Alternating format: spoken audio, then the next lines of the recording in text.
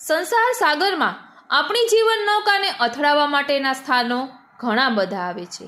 આવા સ્થાનોમાં આપણને ચેતવવા માટે ભગવદીઓના દિવ્ય જીવનરૂપી દીવાદાંડીઓ આપણને માર્ગદર્શન આપે છે. એટલે આ ભગવદીઓની વાર્તા બે પ્રકારની હોય. મોટા ભાગના ભગવદીઓના ચરિત્રો આપણા જીવન પ્રવાસ માટે લીલી બત્તીનું કામ કરે અને ઘણા લાલ બત્તીનું કામ કરે. ભગવત કથાને નાળિયેર જેવી કહી છે, કારણ કે કહેવાય છે ને કે જો લો હરિ આપુન પેન જનાવે તો લો યહ માર્ગ કો સિદ્ધાંત પઢે સુને નહીં આવે.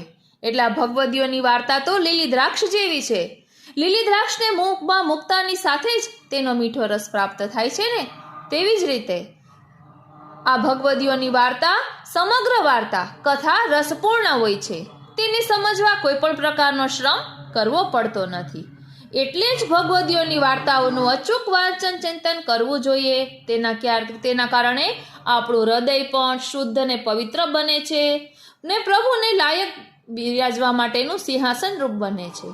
એટલે દયારામભાઈ કહે છે, સકળ તત્વનું તત્વ છે એ સારમાં હે સાર, પાઠ કરતા માત્રમાં વશ થાય શ્રી નંદકુમાર.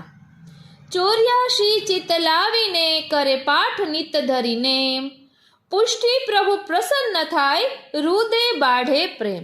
એટલે આ 84,252 વૈષ્ણવની વાર્તા આવી છે.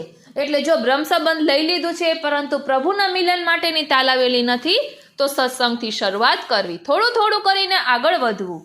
હવે વાત કરીએ શ્રી મહાપ્રભુજીએ 3 વખત પૃથ્વી પરિક્રમા કરી તેનું સાવ ટૂંકમાં પહેલા ભાવ દર્શન કરીએ.